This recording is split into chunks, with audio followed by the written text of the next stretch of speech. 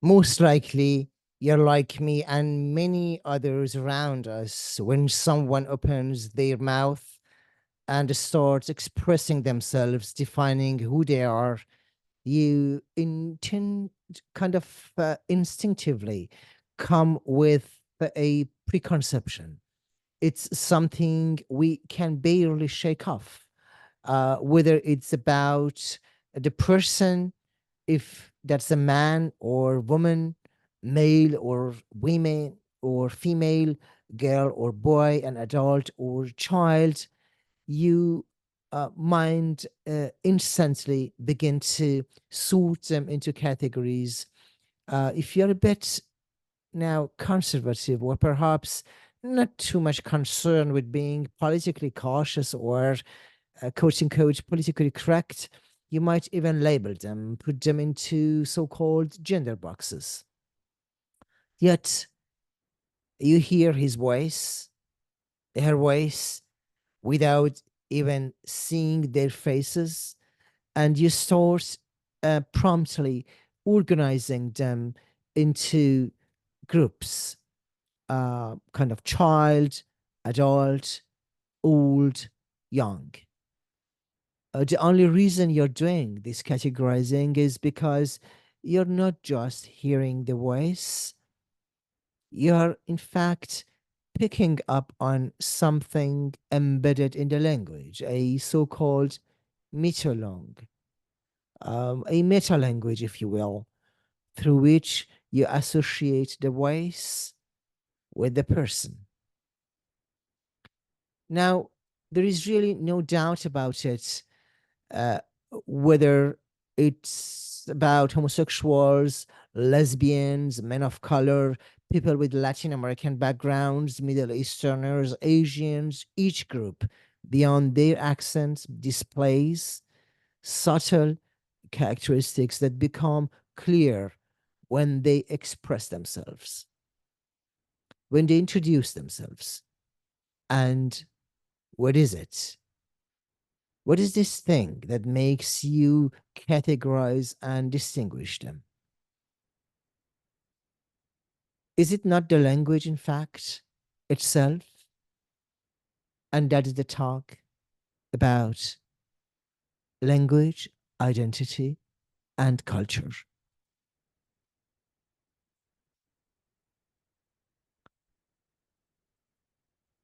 Hi, my name is Farshid, and I'm a specialist in historical linguistics. And in this episode, I would like to talk about identity in times of crisis, or for identity, language, and culture. So, welcome to Orientalistics podcast on language, culture, and religion.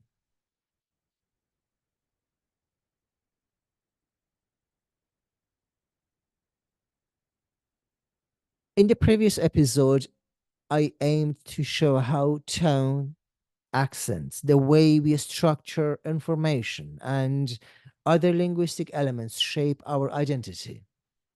In other words, all these linguistic behaviors contribute to what it means to be me and not you.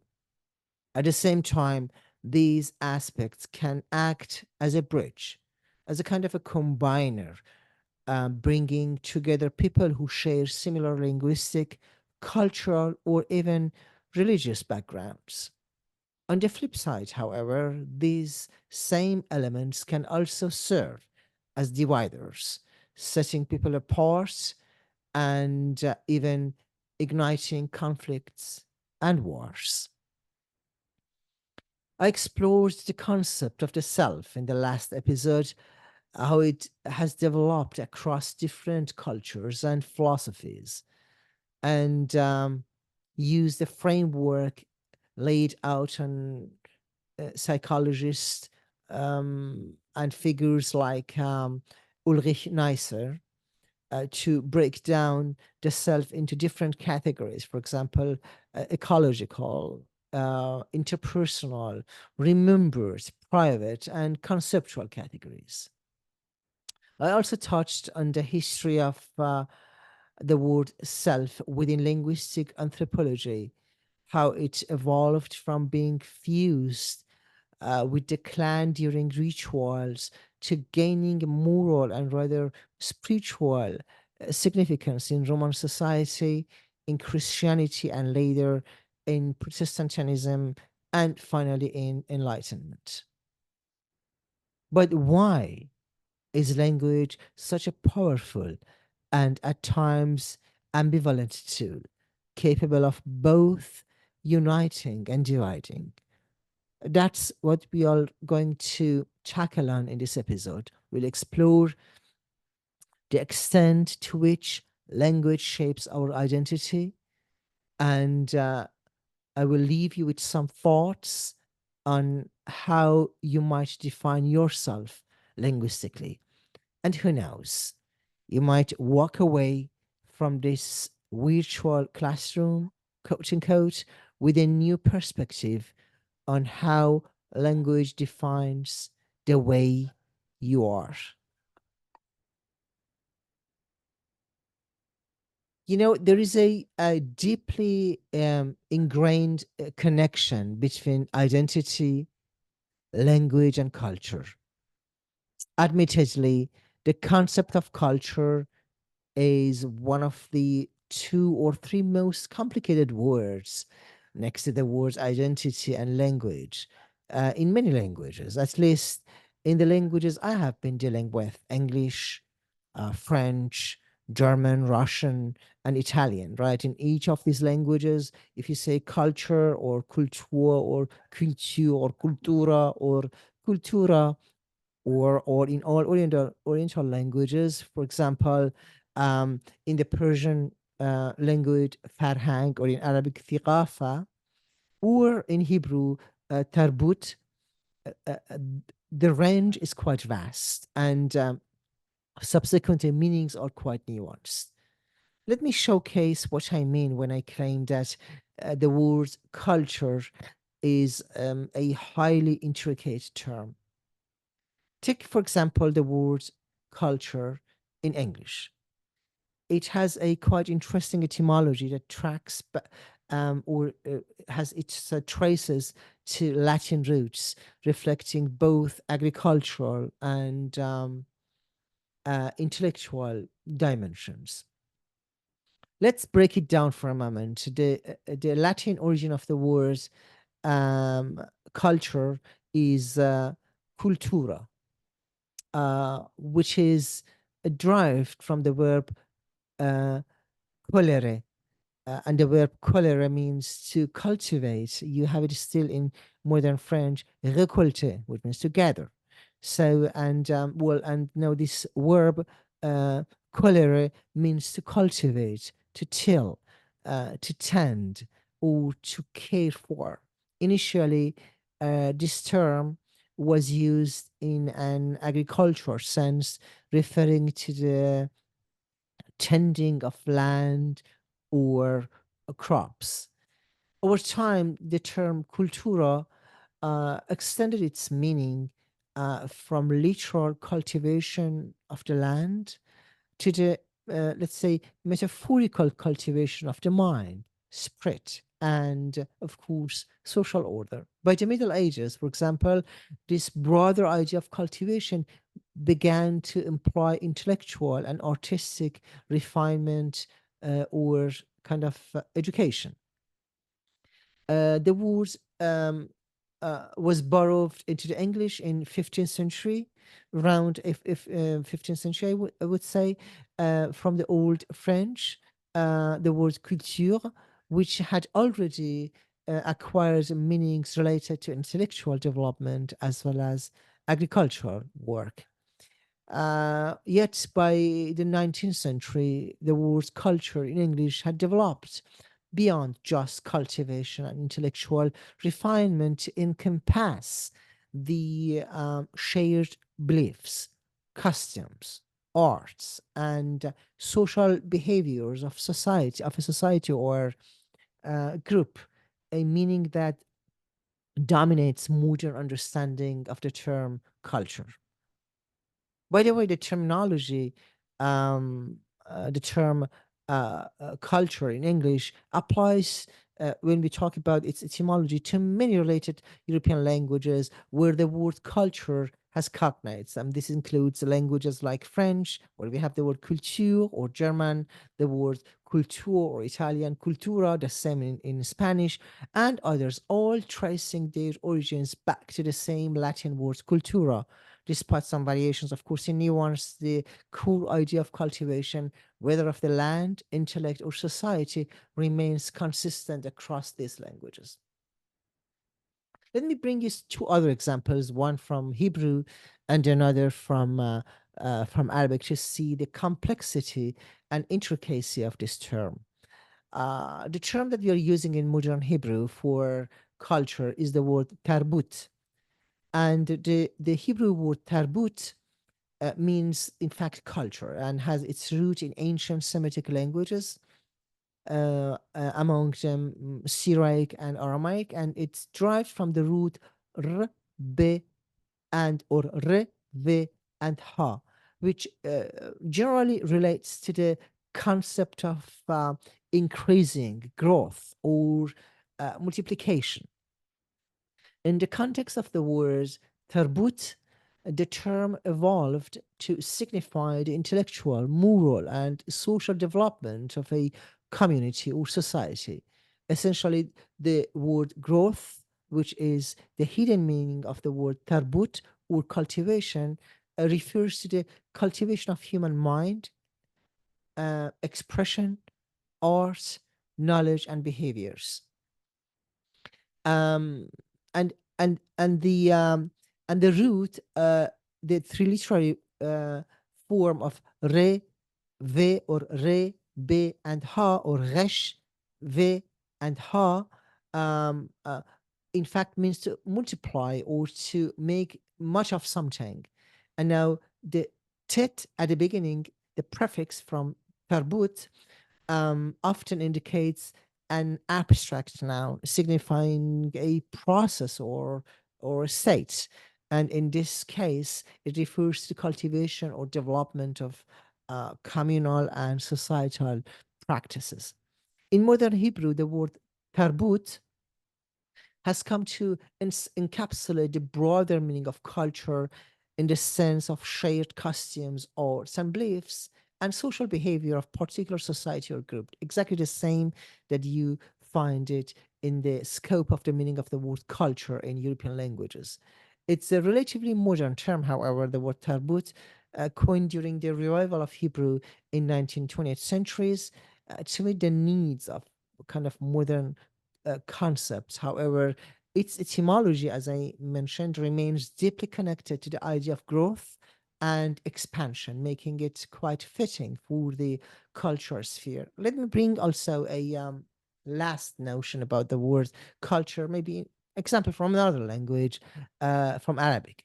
The Arabic word for culture is ثقافة or ثقافة, depending on what dialect are you using, the Levantine dialect, the North African dialect, and so on.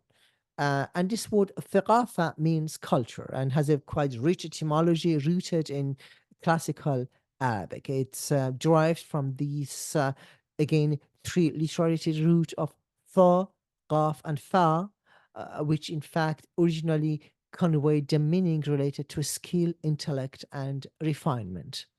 Now, if you break it down, these three letters, fa, qaf, and fa, traditionally meant to be sharp, to be quick, to understand quickly, and to master something, to refine something. And it was associated with the intellectual sharpness, learning, acquiring knowledge, and ability to grasp concepts quite quickly.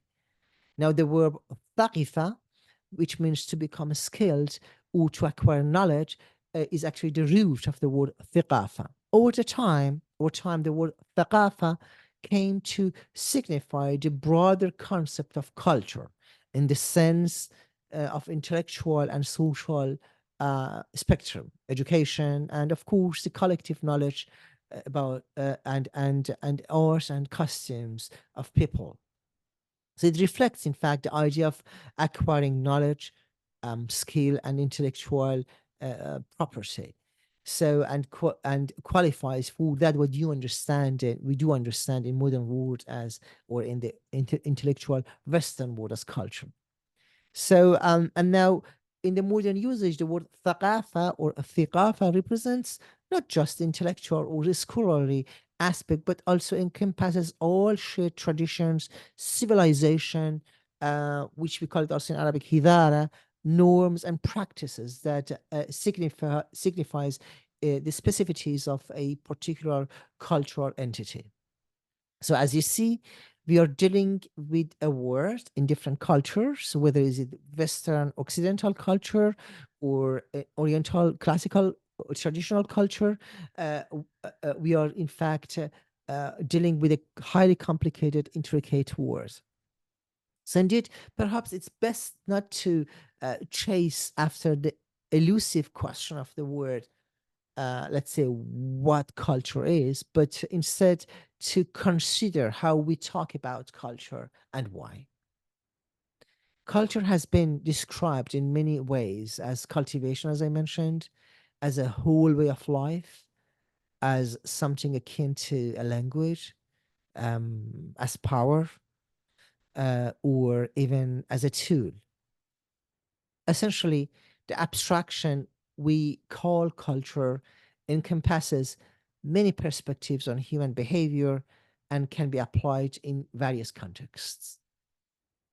So, for example, the cultural theorist Raymond Williams, for instance, understood culture as the meanings and practices of ordinary people. For him, as a anthropologist and at the same time uh, a theorist, culture isn't some distant or abstract concept. It's a kind of a kind of a lived experience. It's the text, the everyday practices, and the meanings that emerge as people conduct their life within what he called as a whole way of life.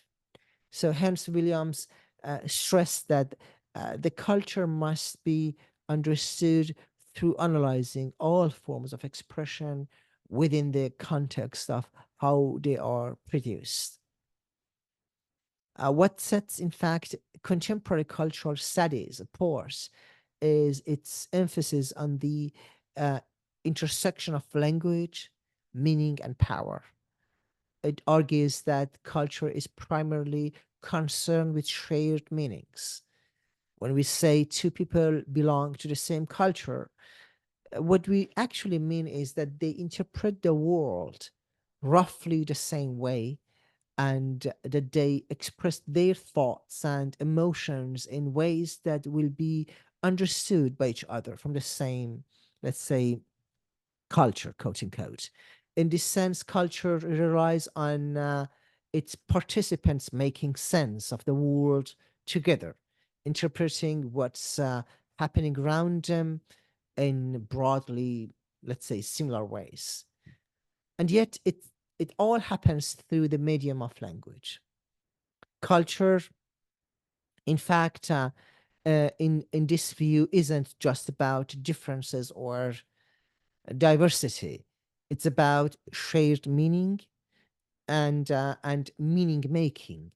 It's about how language and interpretation shape our understanding of world and ultimately our place in it in the world.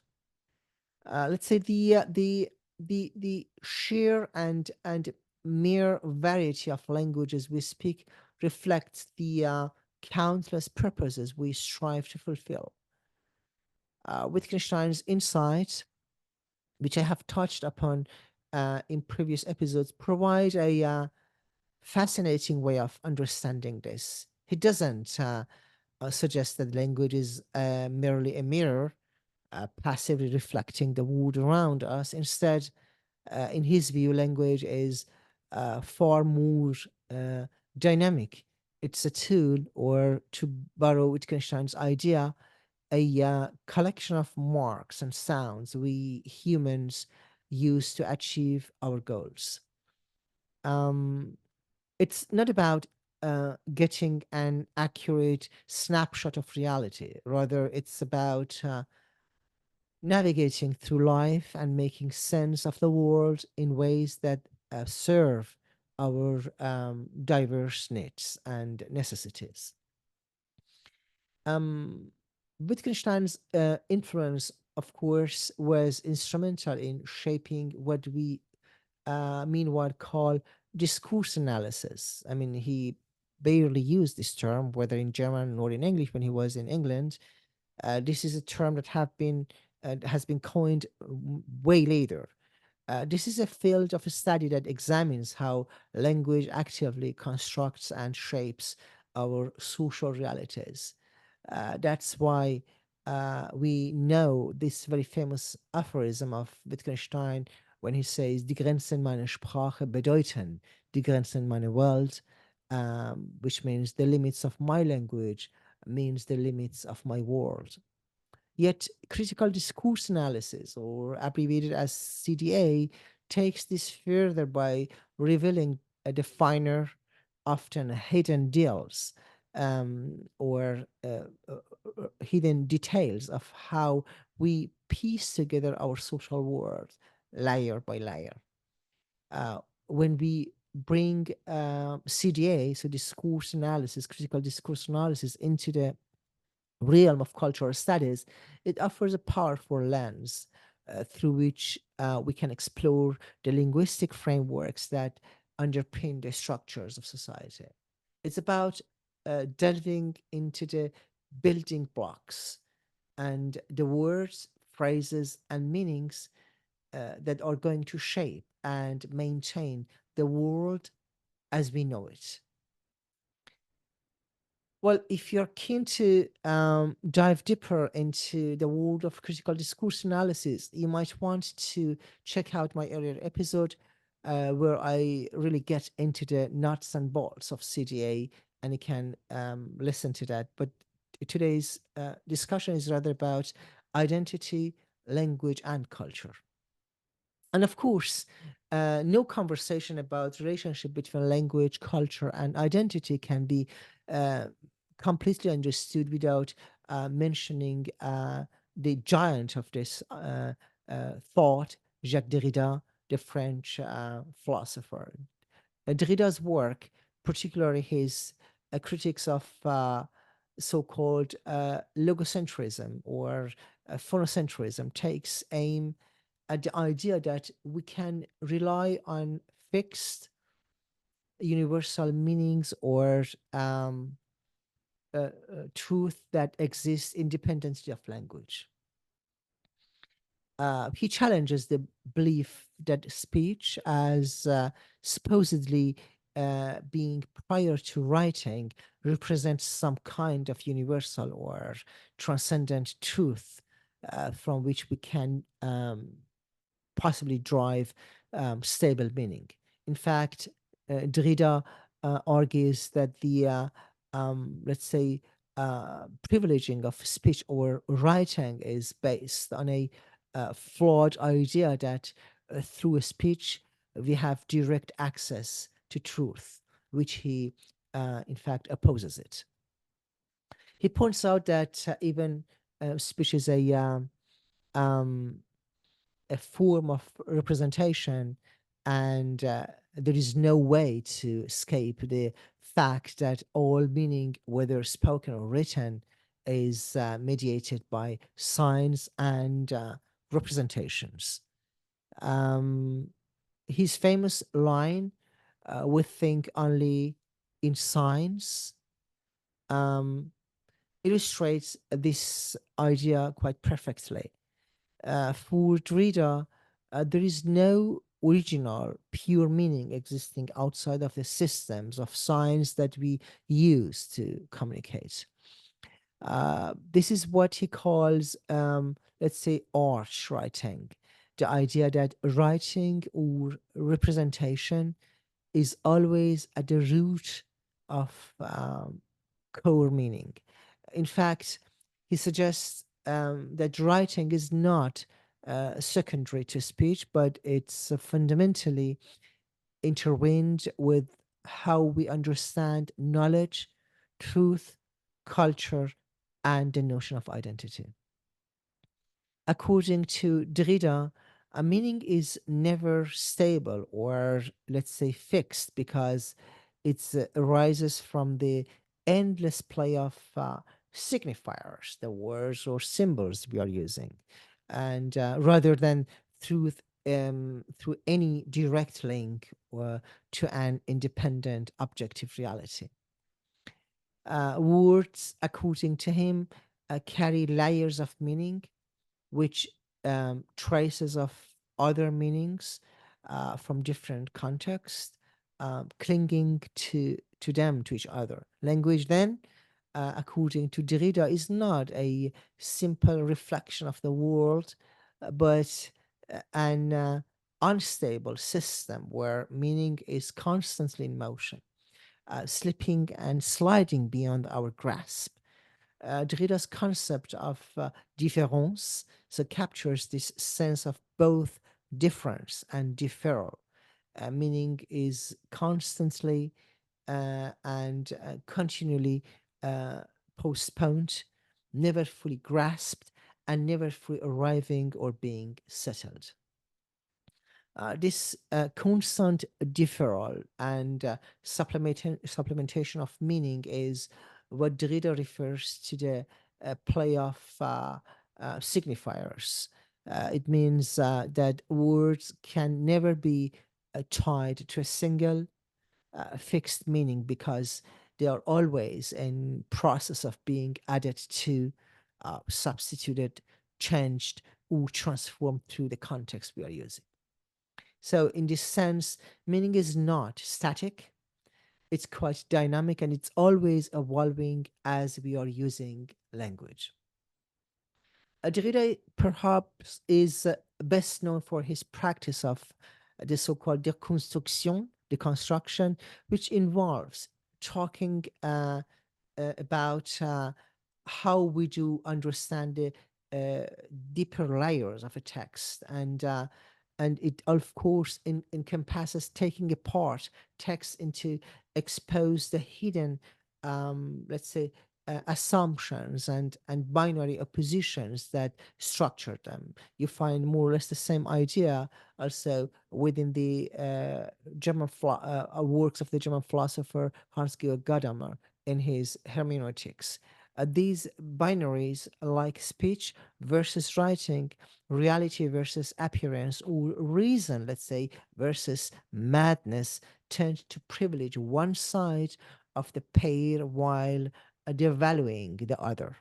In deconstructing these positions, um, Derrida tries to reveal that what we often take as pure truth is built on shaky ground, uh, uh, and uh, and supported by kind of hierarchical system that exclude or suppress alternative possibilities that might reveal the other meanings of the same conversation, same text, and same discourse.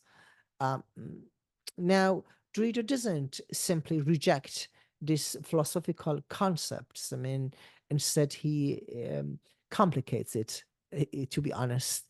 He uses the language of Western philosophy, the very system he is critiquing, but with a kind of a twist. To show this tension, he places concepts under erasure, writing a word down, then crossing it out, but leaving both versions visible to the reader, to the listener. And this gesture acknowledges that while these terms are necessary and useful, they are also inaccurate and problematic. The crossing out destabilizes, in fact, the concept we are used to, signaling that it can never fully capture the truth it claims to represent. Through this process, Jacques Derrida exposes the, let's say, um, un- undisability or, let's say, undecisiveness of meaning per se. There is always a doubt. By refusing to accept that any word or concept can provide a stable foundation, a stable semantic meaning, he opens up new ways of thinking about language, culture, and identity. Meaning for Derrida, therefore, is always in flux, never fully settled, never fully grasped, and always open to interpretation and reinterpretation. The idea that identity isn't something fixed, universal entity, but rather a cultural and a discursive construct stems from the same idea of this so-called anti-representationalist view of language. This concept of anti-representationalism means that it challenges the traditional notion of language that should act as a mirror, reflecting an independent world of objects and truth.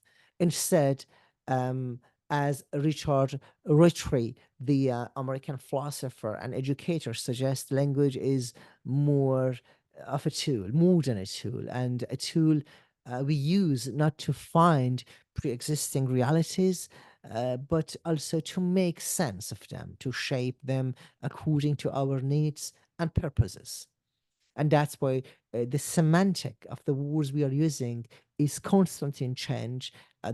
I could use the same word that you are using in the same language, but I mean it something different, somehow differently. So it's to just put it in a very trivialized version, what I mean. In this way, language doesn't simply describe or picture the world, it actively constitutes that. It's through language that we bring a form and structure to both ourselves and the messy, chaotic flow of everyday life around us. Now, if language doesn't reflect an objective word, it certainly can't represent a pre-existing I either. The self, our identity, our very core of identity, our subjectivity, isn't something that exists independently, waiting to be discovered. Instead, it's produced through language and discourse. In other words, the I, quote unquote, comes into being through the act of signification when we start talking. Language and thought together create the I, quote unquote. They don't merely describe it. This brings us to René Descartes' famous declaration, cogito ergo sum, I think, therefore I am, which in light of this understanding becomes quite problematic. Descartes implies that thinking is separate from and reflects a pre-existing I, quote unquote. But in reality, there is no I outside of language and thought. Thinking isn't just a representation of being, it is being by itself. The I is not some fixed entity, but rather a position within the structures of language and discourse. So, I'll leave you with this challenging and thought, and of course, I hope that's a thought-provoking idea for you to reflect on.